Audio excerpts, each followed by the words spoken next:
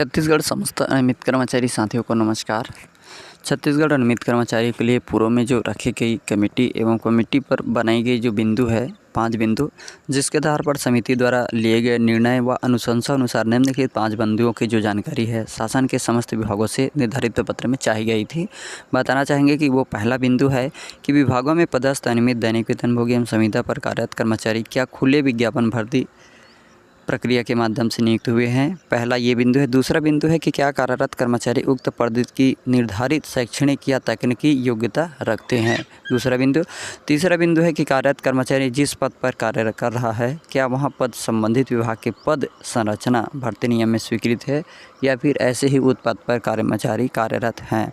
चौथा बिंदु है क्या उक्त नियुक्ति में शासन द्वारा जारी आरक्षण नियमों जैसे कि अनुसूचित जाति, अनुसूचित जनजाति एवं अन्य पिछड़ा वर्ग का पालन किया गया है या फिर नहीं किया गया है। पांचवा है अनियमित दैनिक वेतनभोगी और संविदा पर कार्यरत व्यक्ति जिस पद पर कार्यरत है उन्हें वर्तमान में क्या मानदेय भुगतान किया जा रहा है और उन पद पर नियमित पदों का वेतनमान क्या होगा। तो इस प्रकार छत्तीसगढ़ पूर्व सरकार द्वारा 5 बिंदु की जिक्र किया गया था, जिसके अंतर्गत कर्मचारियों के नियमितीकरण की बात कही गई थी। अब बता दें कि लास्ट में एक अंतिम उत्तर था कि सीएम ने बताया कि 24 विभागों से जानकारी प्राप्त हुई है, शेष 22 विभागों से जानकारी प्राप्त है। समिति द्वारा की गई उपरोक्त अनुशंसा अनुसार समस्त विभागों से जानकारी प्राप्त न होने के कारण समिति की रिपोर्ट अपेक्षित है।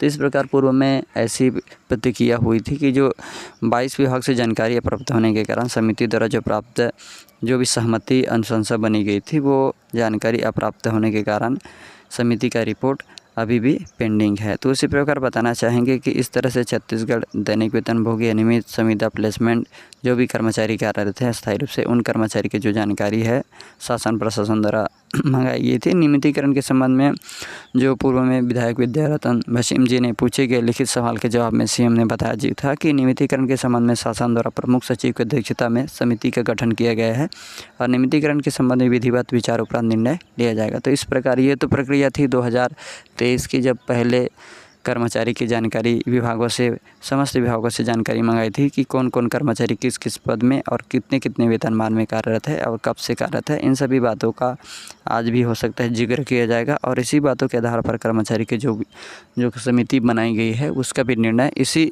5 बिंदु के आधार पर हो सकता है। कर्मचारियों के लिए समस्या और निराकरण की बात हो सकती है।